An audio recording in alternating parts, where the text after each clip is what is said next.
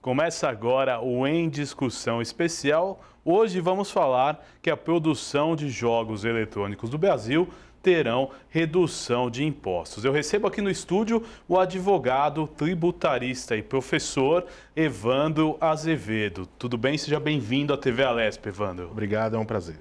Vamos conversar um pouquinho dessa PEC, a PEC 51 de 2017, que foi aprovada na Comissão de Constituição e Justiça, que prevê redução na produção de consoles de jogos eletrônicos. Conta um pouco do como funciona essa PEC. Primeiro, é um prazer estar aqui. Essa proposta é uma proposta de emenda à Constituição, formulada pela Comissão de Constituição e Justiça do Senado, que objetiva justamente reconhecer a imunidade tributária dos jogos de videogame e dos consoles produzidos no Brasil. Trata-se de uma nova imunidade, que é uma impossibilidade de competência dos entes federados de tributar estes produtos, tá? E que será incluída no artigo 150, inciso 6 da Constituição Federal. É uma nova linha logo abaixo ali da indústria videográfica e fonográfica. O que a proposta prevê, doutor? A proposta prevê o seguinte: todos os impostos vinculados ao consumo destes produtos serão afastados. Tá? Então, eu estou falando essencialmente do IPI, eu estou falando do ICMS em relação à produção dos jogos eletrônicos e estou falando também do ISS em eventual licenciamento de software. Agora fala na perda de 24 milhões para a economia. Como reparar essa perda? Essa perda é substancial? Como funciona isso falando em termos tributários? Como toda e qualquer imunidade que vincula uma redução tributária, haverá perdas. Sim, isso porque imunidades tributárias, elas estão voltadas ao exercício exato de você reduzir a carga objetivando um retorno. Então, o que acontece? Quando você aplica a imunidade a esses produtos, aos jogos de videogames, aos consoles, você está falando de uma perda, sim, com o objetivo de você gerar arrecadação tributária por outros meios. Então, quando você reduz a carga tributária do consumo, você objetiva estimular o consumo e, por conta disso, aumentar a tributação sobre a renda, sobre a folha de salário, que são outros fatos que exprimem riqueza e que são passíveis de serem tributados. Então, a ideia disso é que, por meio dessa arrecadação adicional, você cubra as perdas causadas pela redução da carga tributária. Tá? Outra pergunta é se, de fato, esta imunidade e as medidas voltadas à não tributação vão ser suficientes a cobrir esta perda. Isso é algo que vai depender de mercado, há critérios efetivos concorrenciais a serem observados e isso vai depender de passos futuros. A redução de impostos para setores específicos da economia representa um descumprimento da condição de isonomia regida pela Constituição Federal? Excelente pergunta. Essa questão da isonomia tributária é algo muito levantado por diversos setores da economia quando você tem, de fato, uma imunidade para um setor específico. A ideia é que há uma espécie de injustiça em relação a outros setores. Mas o que acontece no plano da imunidade tributária? Você não pode conceder ela a um determinado grupo de empresas, a um determinado grupo de pessoas. Aqui, a imunidade estaria sendo concedida a um segmento específico. Então, a princípio, não haveria uma posição de afronta à isonomia tributária, tá? Especialmente por ser concedida a este setor específico. Obviamente que outros setores podem pleitear essa redução de carga tributária, mas isso dependeria do entendimento do governo de que aquela redução, em algum grau, voltaria de uma forma positiva no aspecto tributário e econômico. Agora, doutor, estados e municípios vão sofrer com a perda da arrecadação de impostos? Esse é um outro ponto super importante em qualquer tema vinculado à imunidade. Tá? Por quê?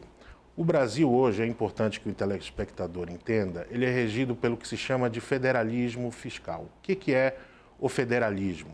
O federalismo é uma distribuição bem clara de competência entre os entes federados. Então, o município tem a sua competência, o Estado tem a sua competência, a União tem a sua competência, todas elas bem claras dentro do contexto constitucional. E é também da lógica do federalismo você dar condições a cada um desses entes de autoadministração, regulamentação e etc.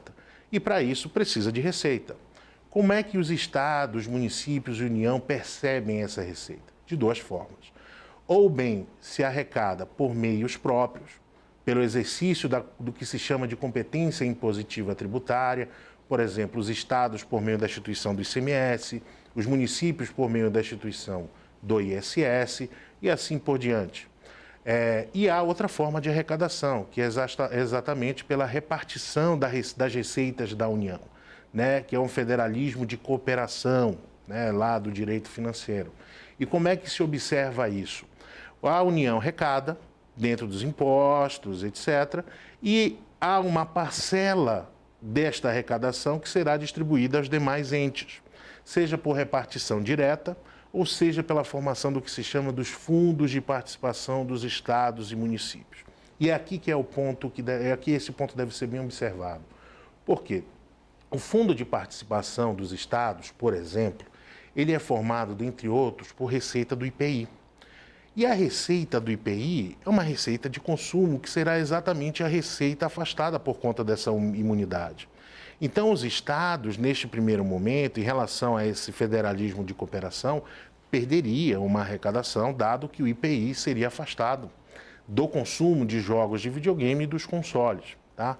Por outro lado, poderia haver também uma perda de arrecadação do ICMS, e uma perda de arrecadação relacionada ao ICMS voltada exatamente a esses produtos. Obviamente que o ICMS não incide só sobre os videogames, mas esta perda de arrecadação por conta da imunidade pode ensejar, sim, um impacto. Obviamente, vai depender que um Estado, o impacto deveria ser tamanho ao ponto de o Estado depender da receita específica de ICMS daquele de videogames e de console, que não é a realidade brasileira. Tá? Mas isso poderia, sim, gerar um impacto nessas duas ordens, tanto na arrecadação própria quanto na repartição de receitas. E esse impacto ele pode provocar problemas na gestão dos estados e municípios? Pode. Como eu disse, a arrecadação tributária dos estados, por exemplo, você tem outros tributos, você tem o ITCMD, você tem o IPVA, que são tributos de competência estadual, por exemplo. Tá?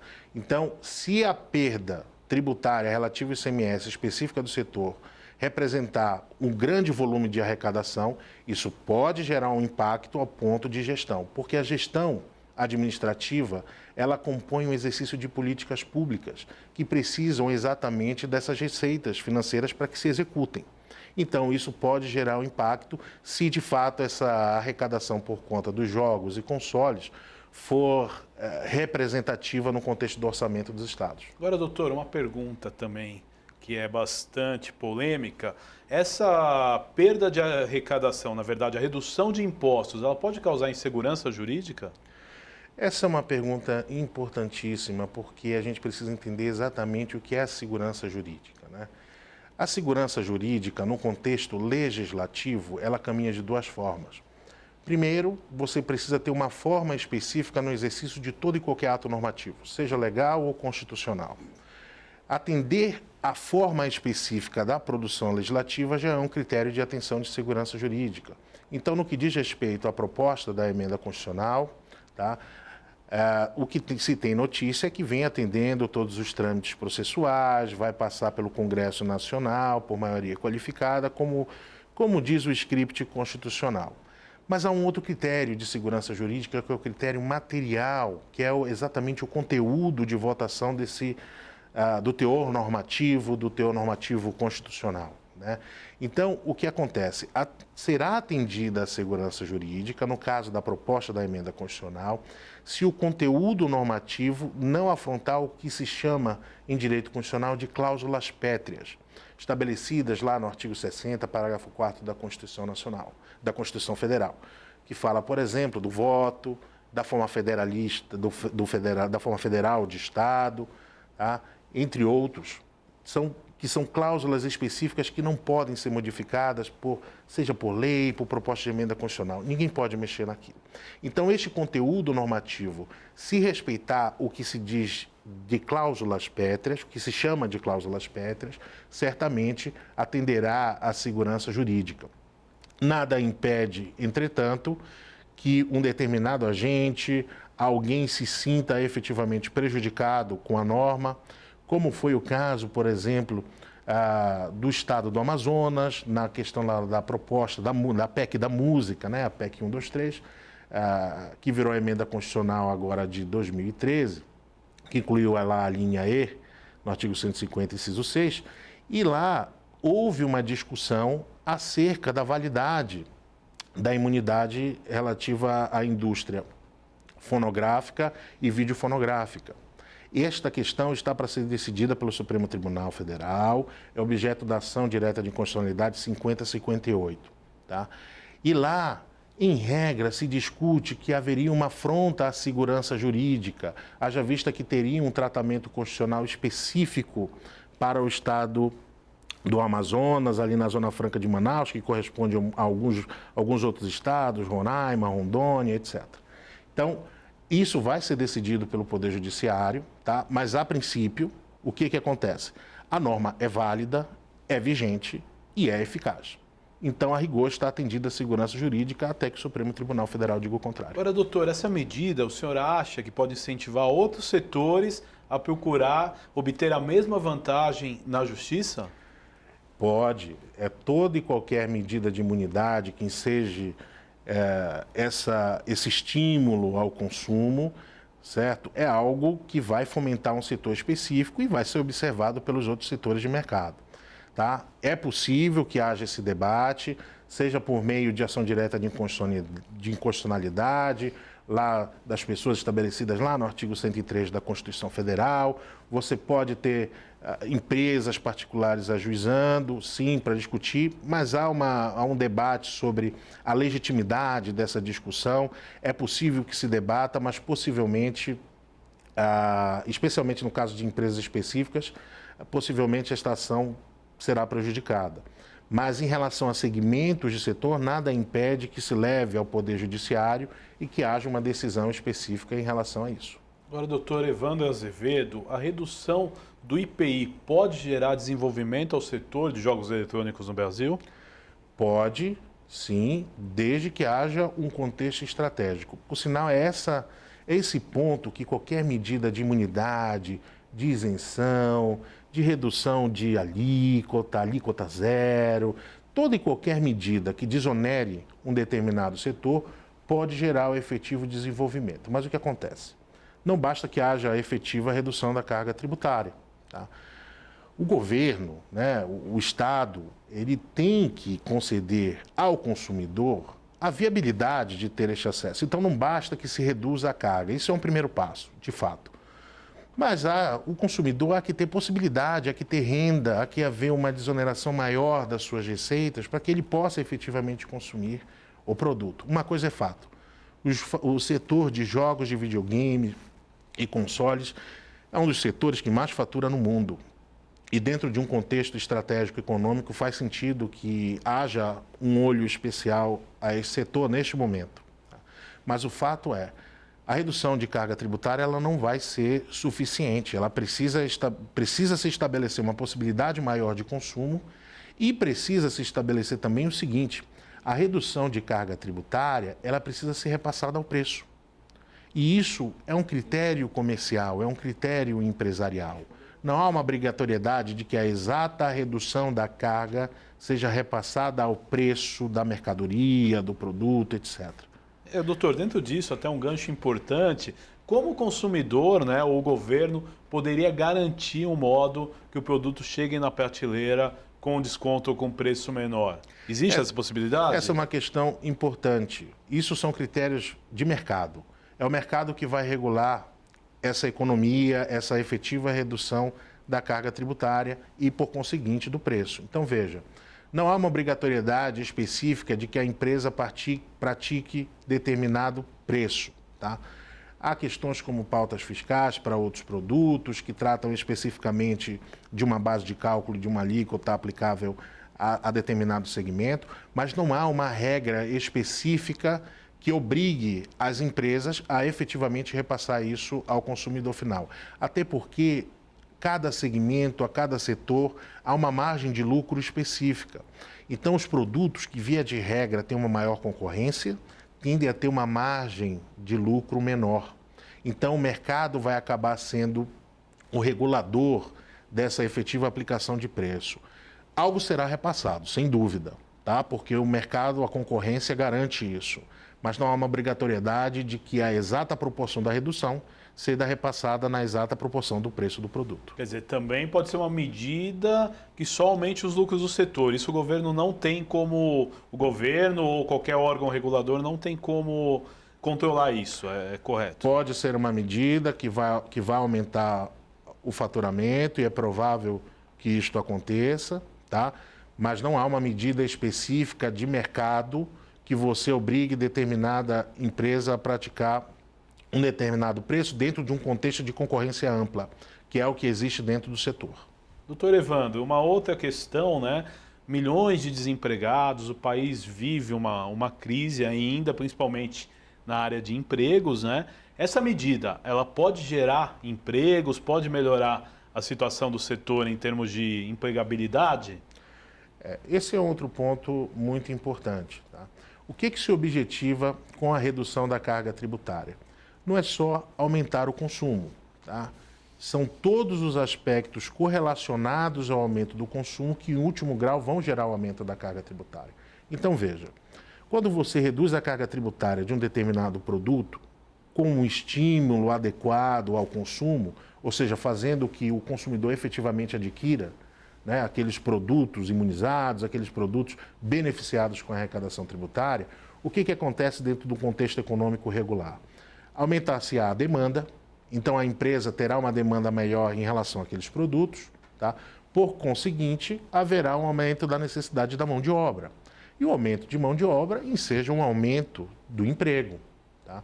Então, veja, essas medidas de redução devidamente instauradas dentro de um contexto de estratégia econômico, pode sim aumentar as contratações dessas empresas, por sinal, deve aumentar, e é essa uma aposta dentro do contexto da concessão de imunidades. Agora, que formas de arrecadação indiretas podem cobrir esse déficit de 24 milhões de reais por ano em impostos que o governo vai deixar de arrecadar? Pois bem, dada a característica desses tributos de consumo, né, os tributos chamados extrafiscais, que você efetivamente os utiliza para induzir um comportamento do consumidor, em se alcançando esse objetivo, tá, o que vai acontecer? Aumenta-se o consumo, por conseguinte, vai aumentar o lucro das empresas, aumentariam as contratações e você tem tributação específica para as receitas das empresas e sobre as contratações, que no caso são as tributações das folhas de salário, são as contribuições previdenciárias, nós temos aí as contribuições de terceiros. Vou pagar imposto de renda, vou arrecadar para o governo do mesmo jeito. Que é a medida. Então, no fim das contas, você vai reduzir a carga do consumo, você aumenta o faturamento das empresas. Obviamente, essa tributação que incide sobre a receita e sobre a folha tenderia a aumentar com uma lógica de cobrir a perda relativa à imunidade, né? E isso é óbvio que você também aguarda não um exercício de aumento de arrecadação específico da empresa que, entre aspas, vai ser beneficiada com aquela imunidade. Com a redução da carga tributária, você tem um aumento do mercado correlacionado. Então, as empresas que produzem ou que industrializam aqui no país, vai ter um aumento de contratação de serviços, vai haver aumento de contratação de insumo para a própria produção e você cria um contexto geral de novas contratações e novas arrecadações tributárias. A pergunta que não quer calar é o seguinte: isso é suficiente para cobrir a perda? Isso é um passo que a gente vai dar, que nós vamos dar aqui mais na frente. Nós precisamos entender o mercado, verificar se ele efetivamente vai continuar dentro desses números ótimos, inclusive em escala mundial, e que o Brasil efetivamente vai assumir essa cara tecnológica em relação aos jogos e consoles. Agora, doutor, em 2013 houve uma proposta do governo para a indústria fonográfica, Sim. beneficiando artistas brasileiros, isentava CDs e DVDs dos artistas brasileiros. Essa medida deu certo? O que o senhor tem em relação a essas medidas? A gente está falando da emenda constitucional 75 de 2013, né, que é a PEC da música, que incluiu aí, como eu disse ainda há pouco, essa nova linha aí dentro das imunidades, a linha E, né, que fala da indústria audiográfica e da indústria videofonográfica, né, dos fonogramas e videofonogramas. O que acontece? Aplicou-se essa imunidade e dentro de um contexto de forma jurídica, de segurança jurídica, ela deu certo. Ela está válida, ela é vigente e ela é eficaz. Há um debate específico do governo de Manaus dentro dessa ação direta de inconstitucionalidade, que vai ser objeto de posicionamento do Supremo Tribunal Federal, mas no contexto de incremento de arrecadação, são dados econômicos que, infelizmente, não temos no momento. Mas o fato é, a legislação ela é vigente, ela está produzindo efeitos e ela certamente ela tem esse efeito de incrementar o consumo e especialmente neste caso, que foi o que mais levou o governo ao poder legislativo a incrementar essa imunidade, que é a questão da pirataria. Né, que foi algo no sentido de efetivamente trazer a formalidade com a arrecadação de impostos. Então, não se observou apenas o critério econômico, né? Se observou também se trazer essas empresas da informalidade para a formalidade, que em algum grau também levaria ao incremento tributário. Agora, doutor Evandro, uma questão interessante, né? A questão da isenção de impostos é válida apenas para produtos finais. As empresas que lançam games diretamente em formato digital, elas deixam de ser favorecidas? Não. Esse vai ser um critério de interpretação da norma e, obviamente, eu estou lhe dando a minha opinião. O que acontece? Você não pode restringir mais o contexto de imunidades ao suporte físico. Tá? Então, esse contexto de imunidade, ele deve ser trazido também às desenvolvedoras de jogos de videogame. Então, na produção do jogo em si, você está afeto à imunidade. Porque, veja, a imunidade ela incide sobre o objeto. E o objeto em si é a própria elaboração do jogo de videogame. Ele é ali um objeto incorpóreo, mas que em algum grau é consumido, né, pelos players, pelos jogadores. Então, este setor também, dentro de uma ordem de aplicação normativa, deve ser favorecido também por essa imunidade tributária. Obviamente que a Receita Federal, os estados podem entender de forma distinta, o que pode ensejar eventualmente a autuações dentro de uma ordem de recolhimento tributário, tá? Mas isso obviamente pode ser objeto de discussão dentro do contexto de interpretação extensiva da imunidade tributária. Doutor Evandro, empresas estrangeiras vão ter acesso a algum tipo de benefício também? Não, as empresas estrangeiras não são tributadas no país. O direito tributário, o direito financeiro, ele é moldado por um princípio da territorialidade. Então, veja, você tributa as empresas nacionais. Então, as empresas estrangeiras não estão afetas à tributação nacional. Então, quem paga, por exemplo, o IPI é o importador, é o industrial ou é a empresa equiparada à indústria. Tá? Então, até na hipótese de importação, é uma empresa nacional que recolhe. Então, as empresas estrangeiras, elas não estão afetas a esta tributação, por conseguinte, não estarão afetas à imunidade. A essas empresas aplicam-se outros critérios de tributação, que são os critérios do GAT, de valoração aduaneira, tá? Para a entrada da mercadoria no território nacional, uma espécie de equivalência econômica para fazer que o produto nacional seja competitivo com o produto estrangeiro e vice-versa. Agora, doutor, na sua opinião, você defende que essas medidas, esse tipo de medida, seja feito para setores específicos ou que seja ampla, seja de uma forma geral para todos os setores? Essa é uma boa pergunta. o plano de imunidades, qualquer plano de redução de carga tributária, e veja, eu estou falando das imunidades, novamente das isenções, a concessão de crédito presumido, que está todos dentro de um contexto de incentivos, de redução de carga dentro do ordenamento jurídico brasileiro, ela tem que ser realizada dentro de um contexto estratégico. Então, deve ser estratégia do governo, do próprio Poder Legislativo dentro da elaboração das leis, que aquele setor, com a perda da arrecadação, haja uma espécie de algum retorno econômico por conta da aplicação redutiva. Então, veja, esse setor específico de videogame, que me parece que é a aposta do governo neste momento, tá? Do governo, do Poder Legislativo, enfim, do Estado como um todo, e que deve ser observado, ele aguarda em si retornos, tá? Retornos, seja no aspecto de formalização das empresas, seja no aspecto de aumentar a carga tributária. Então, não pode ser qualquer setor que receba essa espécie de incentivo, essa espécie de redução, essa própria concessão da imunidade, que é uma espécie específica de redução de carga tributária. Então, há que existir um contexto estratégico, econômico, inclusive formal no que diz respeito às próprias empresas, né, que estão na informalidade. Então, o setor ele tem que representar uma causa para a aplicação da imunidade. Então, não é qualquer setor que vai receber, que vai receber e que pode receber essa espécie de incentivos. O incentivo tem que ser, pelo menos deve, né, se sugere que seja específico em relação a tributos de caráter extrafiscal para ter um efetivo efeito econômico e daí você efetivamente alcançar esse retorno tão aguardado.